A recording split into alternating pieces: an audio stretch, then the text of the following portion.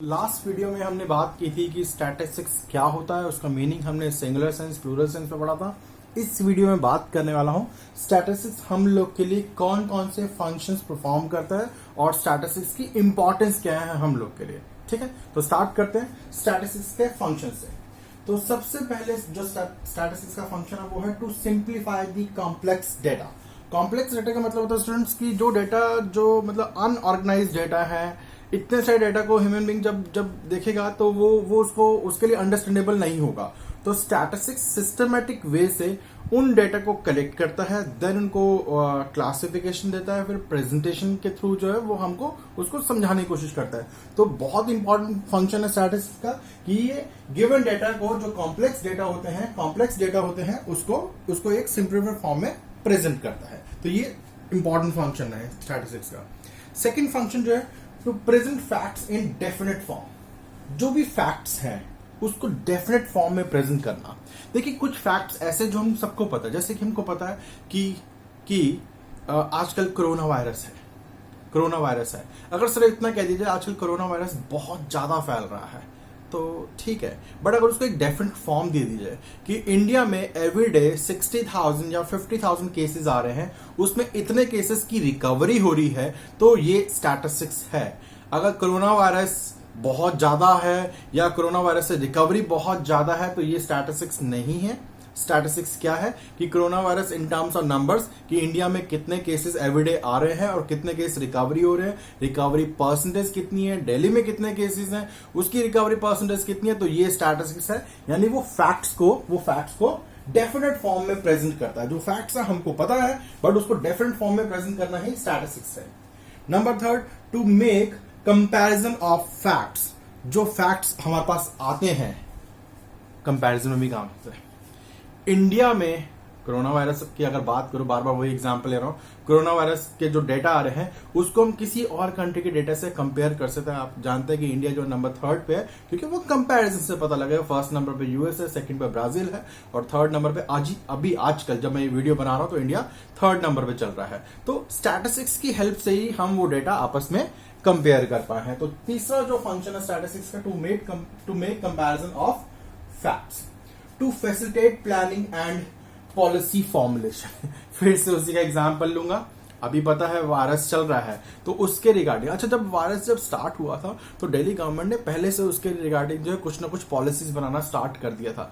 उनको एक्सपेक्टेड था कि दिल्ली में कितने केसेस आ सकते हैं, उस हिसाब से उन्होंने अलग अलग हॉस्पिटल्स में कोविड सेंटर्स बनाए, कोविड बेड्स उनको असाइन कर दिए और फिर आइसोलेशन सेंटर्स उन्होंने पहले से ही फॉर्मुलेट कर दिए, क्योंकि उनको स्टैटिस्टिक्स फिगर से पता लग रहा था कि दिल्ली में जो है कोरोना वायरस का इंक्रीज होने का ट्रेंड क्या है। तो वो गवर्नमेंट को हेल्प भी करता है to facilitate planning and policy formulation. Number fifth, testing. यहां पे कोरोना वायरस का एग्जांपल नहीं लूंगा। टेस्टिंग में क्या होता है कि स्टैटिस्टिकल डेटा से हम क्या कलेक्ट करते हैं, जैसे हमको कोई पॉलिसी को इंप्लीमेंट करना है बट इंप्लीमेंटेशन से पहले हम उसकी टेस्टिंग करना चाहते हैं। तो टेस्टिंग से जो रिजल्ट्स आएंगे that should be in statistical form ना। फॉर एग्जांपल लेट्स से हमको रेलवे का फेयर बढ़ाना है, ठीक है, तो हम देखेंगे, हम उसको टेस्टिंग बेसिस पे 1 मंथ के लिए फेयर बढ़ा देंगे। मेट्रो का फेयर बढ़ाना तो 1 मंथ के लिए फेयर बढ़ा देंगे, फिर देखेंगे कि मेट्रो में फुटफॉल कितना आ रहा है। अगर फेयर बढ़ जाने से मेट्रो में जो नंबर ऑफ ट्रैवलर्स हैं वो कम हो रहे हैं, जिससे मेट्रो की इनकम कम हो रही है, तो उस केस में जो है हम उस पॉलिसी को रोल बैक कर देंगे। बट अगर लगता है कि इतना फुटफॉल कम नहीं हुआ है, लोग अभी भी मेट्रो को यूज कर रहे हैं, तो इन दैट केस जो उस पॉलिसी को इंप्लीमेंट कर दी जाए, इससे गवर्नमेंट का रेवेन्यू भी आएगा। मेट्रो की इनकम होती है तो वो गवर्नमेंट रेवेन्यू का भी सोर्स बन जाता है। तो किसी भी चीज को, पॉलिसी को इंप्लीमेंट करने के लिए उसका टेस्टिंग करना जरूरी होता है और वो स्टैटिस्टिकल फिगर से ही पता लगता है। And last one is to help in forecasting का मतलब होता है फ्यूचर की प्रिडिक्शन करना। देखिए यहाँ पे एस्टिमेशन हो सकता है और that too is based on our previous recall experience या प्रीवियस डाटा के अकॉर्डिंगली। पिछले 5 साल का इंडिया का ट्रेंड है कि लास्ट 5 ईयर्स से जो है इंडिया में प्राइस जो राइज हो रहा है वो 3 to 5% हो रहा है। तो आगे आने वाले टाइम के लिए गवर्नमेंट जो है उतना ही एक्सपेक्टेड प्राइस राइज करने के सिचुएशन में अपनी पॉलिसीज को फ्रेम कर सकती है, यानी आगे की प्रिडिक्शन भी कर सकती है। Same as in case of agriculture goods, हमको पता है लास्ट 10 इयर्स में वीट की प्रोडक्शन एवरी ईयर इतने टन से बढ़ जाती है, तो उस हिसाब से हम आगे पॉलिसीज फॉर्मुलेट करेंगे कि क्या हमको वीट एक्सपोर्ट करना चाहिए कि नहीं करना चाहिए। तो स्टैटिस्टिकल डेटा हमको फोरकास्टिंग में भी हेल्प करते हैं। तो ये फंक्शंस हैं जो स्टैटिस्टिक्स हमारे लिए परफॉर्म करती है, ये फंक्शंस हैं जो स्टैटिस्टिक्स हमारे लिए परफॉर्म करती है। देन अब मैं अलग अलग बात करूंगा कि स्टैटिस्टिक्स की जो इंपॉर्टेंस है वो अलग अलग सेक्टर के लिए कैसे कैसे है। जैसे हम मेन बात करेंगे गवर्नमेंट के लिए स्टैटिस्टिक्स की इंपॉर्टेंस क्या है। The government and policy makers require greater information in the form of numerical figures to fulfill the welfare objectives। देखिए, जब पुराना टाइम था ना, जो हमारे एंशिएंट रूलर्स थे, वो स्टैटिस्टिकल इंफॉर्मेशन क्या किस लिए जानना चाहते थे। वो देखते थे कि उनकी जो आर्मी है उसकी स्ट्रेंथ क्या है, उनके पास जो ट्रेजर जो खजाना है वो उसकी क्या वैल्यू है, उसके लिए उनको स्टैटिस्टिकल इंफॉर्मेशन चाहिए होती थी। बट आज गवर्नमेंट का रोल बढ़ गया है। गवर्नमेंट ना सिर्फ एडमिनिस्ट्रेशन वर्क देखती है, बट ऑल्सो उनको कुछ वेलफेयर ऑब्जेक्टिव्स भी फुलफिल करने होते हैं। और इसके लिए जरूरी है कि उनके पास में न्यूमेरिकल फिगर्स हों। फॉर एग्जाम्पल, अगर कोई पॉवर्टी एलिवेशन प्रोग्राम उनको इम्प्लीमेंट करना है, तो वो स्टैटिस्टिकल इंफॉर्मेशन गैदर करेंगे regarding the earlier poverty alleviation programme, कि पिछले वाला पॉवर्टी एलिवेशन प्रोग्राम क्यों इतना सक्सेसफुल नहीं हो पाया, क्या उसके ड्रॉबैक्स थे, क्या डिसएडवांटेजेस थे, लोगों ने क्यों उसको अडॉप्ट नहीं किया। तो उसकी जो इन्फॉर्मेशन वहां से गैदर होती है in terms of numerical figures, उसको government next poverty alleviation program को इंप्लीमेंट करने में यूज करेगी। और फिर गवर्नमेंट बजट तो है ही, गवर्नमेंट बजट में गवर्नमेंट ये डिसाइड करते हैं कि कितना पैसा आएगा थ्रू टैक्सेस और नॉन टैक्स रेवेन्यू, और कितना पैसा वो खर्च करेंगे। ये सब कुछ डिपेंड करता है स्टैटिस्टिकल इन्फॉर्मेशन के ऊपर। और गवर्नमेंट इसके लिए डिफरेंट जो स्टैटिस्टिकल मेथड यूज करती है, जैसे time series, demand forecasting, index number, इन सबको यूज करके जो गवर्नमेंट जो है वो डिफरेंट पॉलिसीज बनाती है। तो गवर्नमेंट के लिए तो स्टैटिस्टिक्स की ये इंपॉर्टेंस है। देन इंपॉर्टेंस इन इकोनॉमिक्स के लिए स्टैटिस्टिक्स क्या क्या इंपॉर्टेंस रखती है। फॉर्मुलेशन ऑफ इकोनॉमिक लॉज, जितने भी इकोनॉमिक लॉज बनते हैं वो स्टैटिस्टिकल फिगर के ऊपर ही डिपेंड करते हैं। फॉर एग्जाम्पल, हम सब जानते हैं कि जब भी किसी चीज का प्राइस बढ़ता है तो उसकी डिमांड कम हो जाती है। प्राइस बढ़ता, डिमांड कम हो जाती है। प्राइस और डिमांड, क्वांटिटी डिमांडेड, दोनों न्यूमेरिकल फॉर्म में है। तो वहां से एक लॉ फॉर्मुलेट हो गया, that law is known as law of demand, कि as the price of a commodity increases its quantity demanded decreases. तो एक लॉ वहां से फ्रेम हो गया, लॉ ऑफ डिमांड। तो इकोनॉमिक लॉज को बनाने में भी स्टैटिस्टिकल फिगर हमको हेल्प करती है। Helps in understanding and solving economic problems. जो भी किसी कंट्री में इकोनॉमिक प्रॉब्लम्स चल रही हैं, चाहे वो पॉवर्टी की प्रॉब्लम है, चाहे वो अनएम्प्लॉयमेंट प्रॉब्लम है, उसको सॉल्व करने में ये हमको हेल्प करता है। पहले तो उन प्रॉब्लम को समझने में हेल्प करता है कि इंडिया में पॉवर्टी लेवल जो 22% है। 22% का मतलब है इंडिया में 22% लोग जो बिलो पॉवर्टी लाइन है। तो उस पहले प्रॉब्लम को अंडरस्टैंड कराने में स्टैटिस्टिकल फिगर हमको हेल्प करेगी कि प्रॉब्लम ये है। अब उसको सॉल्व कैसे करना है, वहां भी वो हमारी हेल्प करती है। तो it helps in understanding and solving economic problems. Number 3 is study of market structure. हम माइक्रो इकोनॉमिक्स में आगे आने टाइम में मार्केट स्ट्रक्चर्स के बारे में पढ़ेंगे, जिसमें डिफरेंट काइंड्स ऑफ मार्केट्स होती हैं, जो डिपेंड करता है उनके प्राइसेस कैसे हैं, आउटपुट कैसे है, उनके प्रॉफिट्स कैसे हैं। अलग अलग मार्केट्स हैं, perfect competition, monopolistic competition, it all depends upon their type of goods they produce, price वो कैसे रख रहे हैं, प्राइस चेंज में क्या ट्रेंड है। ये सब चीजें स्टैटिस्टिकल इन्फॉर्मेशन से ही पता लगती हैं। तो स्टैटिस्टिकल इन्फॉर्मेशन से ही हम ये डिसाइड कर सकते हैं कि वो किस तरह की, किस काइंड ऑफ की वो मार्केट है वो। Next one is price analysis based on past experience. Inflation rate को चेक करता है कि पिछले कितने सालों में प्राइसेस में कितना परसेंटेज चेंजेस आए हैं। स्टैटिस्टिकल इन्फॉर्मेशन से ही पता लगता है ये। And next one is helps in establishing mathematical relationship. अभी मैं एक लॉ की बात करता था, लॉ ऑफ डिमांड की, कि हमको पता है प्राइस बढ़ने से डिमांड कम हो जाती है या प्राइस कम से डिमांड बढ़ जाती है।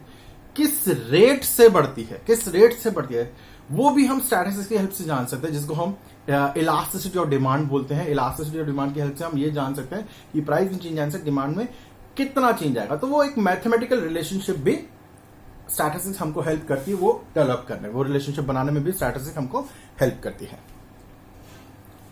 तो नंबर थर्ड हम बात कर रहे हैं importance of statistics and business. Business में स्टैटिस्टिक्स की इंपॉर्टेंस क्या क्या हो सकती है, पॉइंट वाइज बात करेंगे।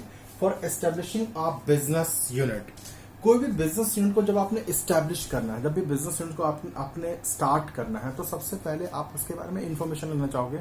उसकी लोकेशन क्या है, उस एरिया में इस बिजनेस का जो मार्केट शेयर है वो कितना है, टैक्सेस कितने हैं, और बहुत सारे फैक्टर्स, लेबर किस रेट पर अवेलेबल होगी, इतने सारे फैक्टर्स हैं।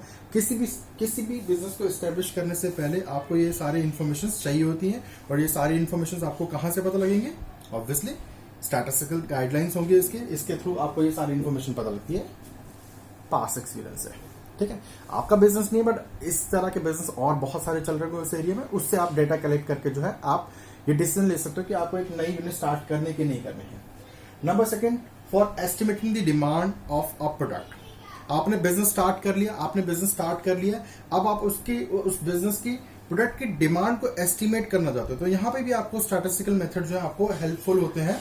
ट्रेंड लाइन के थ्रू आपको बता सकते हैं कि आपके प्रोडक्ट की मार्केट में डिमांड कैसी है। Number third, for production plan.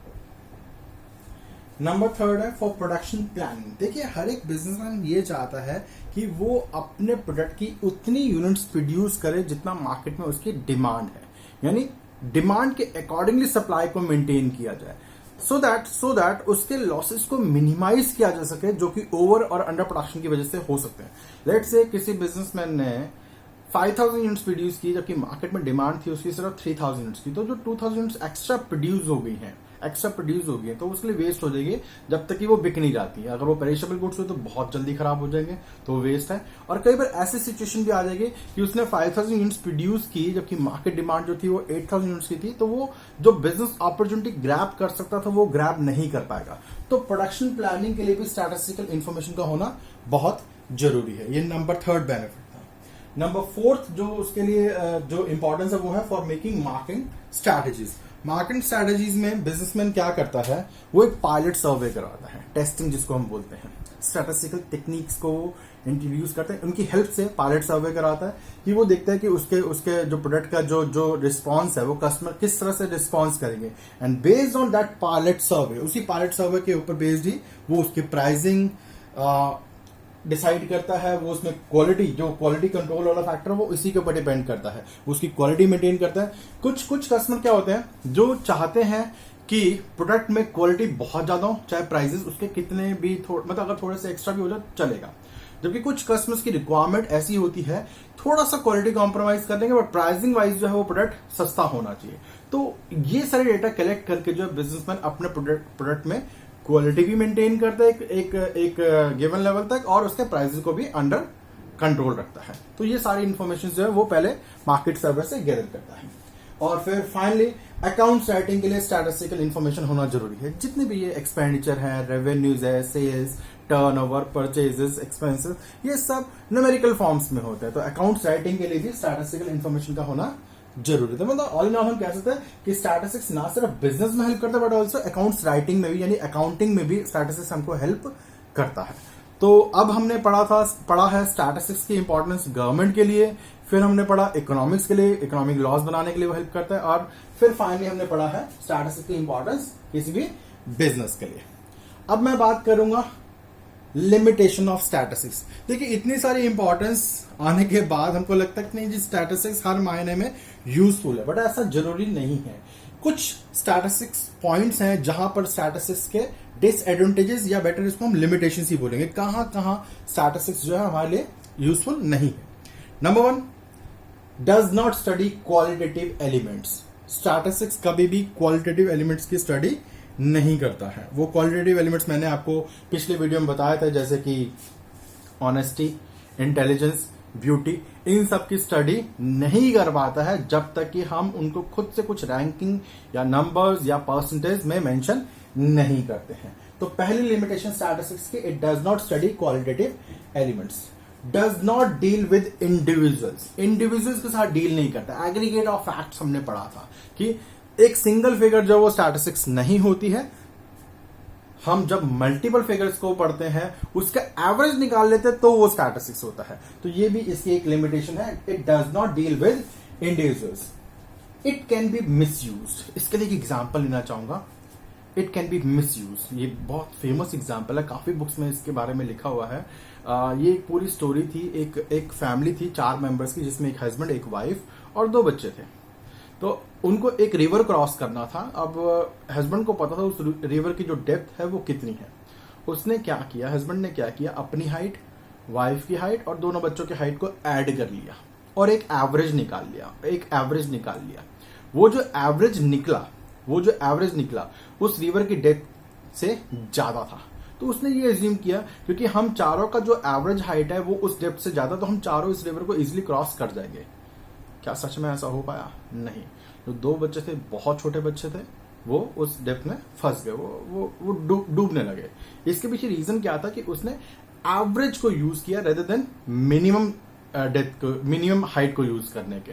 तो यहां स्टैटिस्टिक्स जो है वो इट कैन बी मिसयूज। इसको हम डिस्ट्रेस ऑफ स्टैटिस्टिक्स भी बोलते हैं। इसी से रिलेटेड पॉइंट नेक्स्ट भी है, results are true only on an average basis. मतलब ऐसा नहीं है कि रिजल्ट्स जो है हमेशा ट्रू होंगे। इसमें भी एक एग्जांपल है, वो भी काफी बुक्स में यूज किया गया है। जैसे कि पुलिस डिपार्टमेंट से हमको पता लगा एक पर्टिकुलर एरिया में हर वीक जो है वो 2 थेफ्ट होती थी, हर वीक या 2 थेफ्ट होती थी। अब इस वीक मंडे को ही 2 थेफ्ट होगी, तो इट डजंट मीन कि अब उसके बाद कोई चोरी नहीं हो सकती।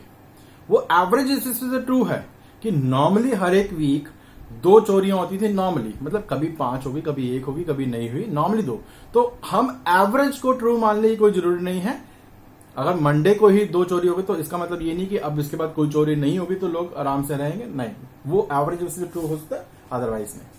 Next one is only experts can use statistical information. जो ट्रेंड एनालिसिस होता है, जो फोरकास्टिंग होता है, वो आम लोग नहीं समझ सकते हैं जब तक कि उनको स्टैटिस्टिक्स के बारे में नॉलेज ना हो। तो सिर्फ एक्सपर्ट्स ही हैं जो स्टैटिस्टिकल इन्फॉर्मेशन को यूज कर सकते हैं, उसको समझ सकते हैं, उनके लिए ही ये अंडरस्टैंडेबल होता है। And last one is statistical data should be uniform and homogeneous. ये हमने पहले भी पढ़ा था कि फॉर कंपैरिजन पर्पस, स्पेशली जब भी हमको कंपैरिजन करना होता है तो जो डाटा होना चाहिए वो यूनिफॉर्म होना चाहिए, कंसिस्टेंट होना चाहिए और होमोजीनियस होना चाहिए, यानी कि एक जैसे होना चाहिए। जब तक ये डाटा होमोजीनियस या यूनिफॉर्म नहीं होगी तो हम उनको कंपैरिजन नहीं कर सकते। तो ये सारे लिमिटेशंस ऑफ स्टैटिस्टिक्स है। तो इस वीडियो में हमने बात की है स्टैटिस्टिक्स की हमारे लिए फंक्शंस क्या है, उनकी इंपॉर्टेंस क्या अलग अलग डिपार्टमेंट में, गवर्नमेंट के लिए, इकोनॉमिक्स में और बिजनेस यूनिट्स के लिए, और फाइनली हमने पढ़ा है स्टैटिस्टिक्स की लिमिटेशंस कौन सी हैं। आज के लिए इतना ही। Thank you.